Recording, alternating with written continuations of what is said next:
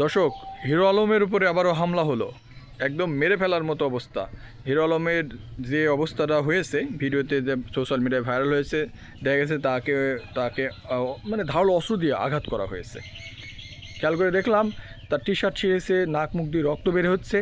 এবং যে ঘটনা গতকাল রাত 9টার দিকে ঘটেছে রাজধানীর আফতাবনগরে, সেখান থেকে পুলিশ জানিয়েছেন যে তার উপরে 3 থেকে 4 জন হামলা করে এবং প্রচুর পরিমাণে হিরো আলমকে মারা হয়েছে।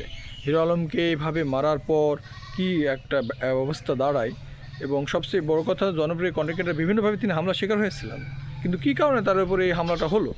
বর্তমানে তিনি রাজধানী মুগদা হসপিটালে ভর্তি রয়েছেন। স্থানীয়রা তাকে অ্যাম্বুলেন্স করে নিয়ে হসপিটালে ভর্তি করেছে, কিন্তু তার উপরে এই গুরুতর জখম কেন, কোন উদ্দেশ্যে তাকে হামলা করা হয়েছে তা সঠিক তদন্ত করে প্রশাসন জানাবে এই প্রত্যাশা করি। আগামী দিনে তার উপরে যে বারবার হামলা হচ্ছে, পরবর্তীতে আবার হামলা হবে না তার কোনো গ্যারান্টি আছে? এজন্য অবশ্যই ভালো পদক্ষেপ নিতে হবে এবং জনগণের নিরাপত্তার দায়িত্ব সরকারের, স্থানীয় প্রশাসনকে অবশ্যই ব্যাপারে গুরুতরভাবে এগিয়ে আসতে হবে।